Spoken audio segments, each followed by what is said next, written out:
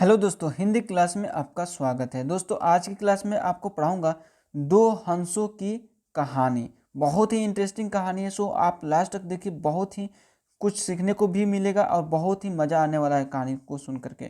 ठीक है।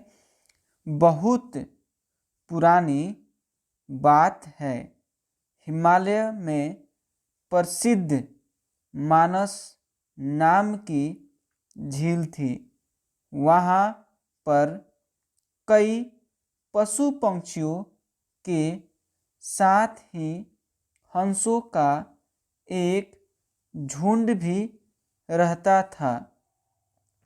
उनमें से दो हंस बहुत आकर्षक थे और दोनों ही देखने में एक जैसा थे, लेकिन उनमें से एक राजा था और दूसरा सेनापति। ठीक है। ये जो दो हंस थे बहुत ही आकर्षक थे, बहुत ही सुंदर थे। ठीक है।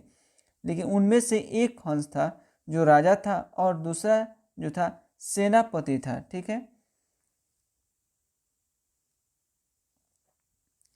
राजा का नाम था गृधराष्ट्र और सेनापति का नाम सुमुखा था। झील का नज़ारा बादलों के बीच में स्वर्ग जैसा प्रतीत होता था। उन समय झील और उसमें रहने वाले हंसों की प्रसिद्धि वहाँ आने जाने वाले पर्यटकों के साथ देश विदेश में फैल गई थी। वहाँ का गुणगान कई कवियों ने अपनी कविताओं में किया, जिससे प्रभावित होकर वाराणसी के राजा को वह नज़ारा देखने की इच्छा हुई। राजा ने अपने राज्य में बिल्कुल वैसे ही झील का निर्माण करवाया और वहाँ पर कई प्रकार के सुंदर और आकर्षक फूल के पौधों के साथ ही स्वादिष्ट फलों के पेड़ लगवाए। साथ ही विभिन्न प्रजाति के पशु पक्षियों की देखभाल और उनकी सुरक्षा की व्यवस्था का आदेश भी दिया। ठीक है। वाराणसी का यह सरोवर भी स्वर्ग जैसा सुंदर था, लेकिन राजा के मन में अभी उन दो हंसों को देखने की इच्छा थी जो मानस सरोवर में रहते थे। एक दिन मानस सरोवर के अन्य हंसों ने राजा के सामने वाराणसी के सरोवर जाने की इच्छा प्रकट की, लेकिन हंसों का राजा समझदार था। वह जानता था कि अगर वह वहाँ गए तो राजा उन्हें पकड़ लेगा। यहाँ पे आकार होगा। ठीक है। राजा उन्हें पकड़ लेगा। उनसे सभी हंसों को वाराणसी जाने से मना किया, लेकिन वो नहीं माने। तब राजा और सेनापति के साथ सभी हंस वाराणसी की ओर उड़ चले। जैसे ही हंसों का झुंड उस झील में पहुंचा तो अन्य हंसों को छोड़कर प्रसिद्ध दो हंसों की शोभा देखते ही बनती। ठीक।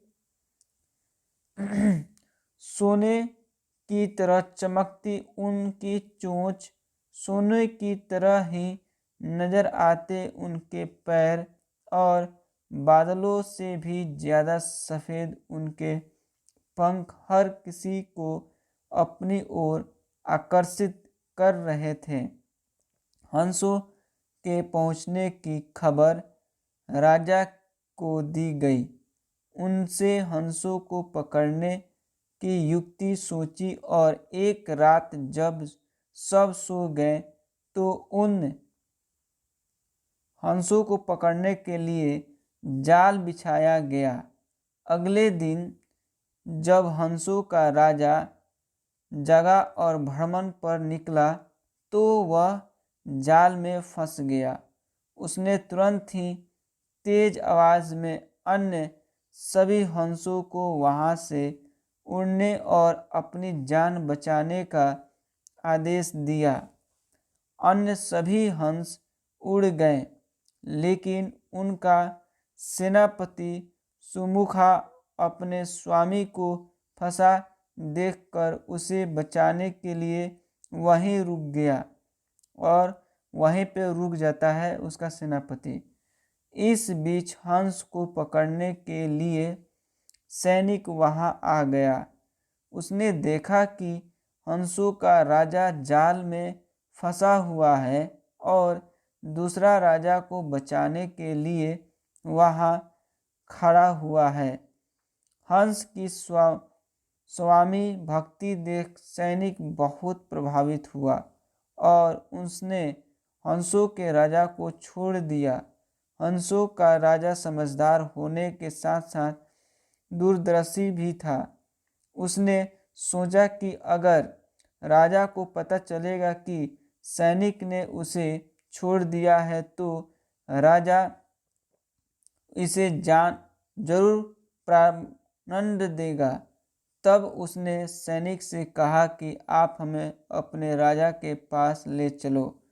यह सुनकर सैनिक उन्हें अपने साथ राज दरबार में ले गया।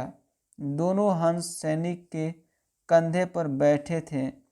हंसों को सैनिक के कंधे पर बैठकर हर कोई सोच में पड़ गया। जब राजा ने इस बात का रहस्य पूछा तो सैनिक ने सारी बात सच सच बता दी। सैनिक की बात सुनकर राजा के साथ ही सारा दरबार उनके साहस और सेनापति की स्वामी भक्ति पर हैरान रह गया और सभी के मन में उनके लिए प्रेम जग उठा। राजा ने सैनिक को माफ कर दिया और दोनों हंसों को आदर से साथ कुछ और दिन ठहरने का निवेदन किया। हंस ने राजा का निवेदन स्वीकार किया और कुछ दिन वहां रुककर वापस मानस झील चले गए। कहानी से क्या शिक्षा मिली, आइए देखते हैं।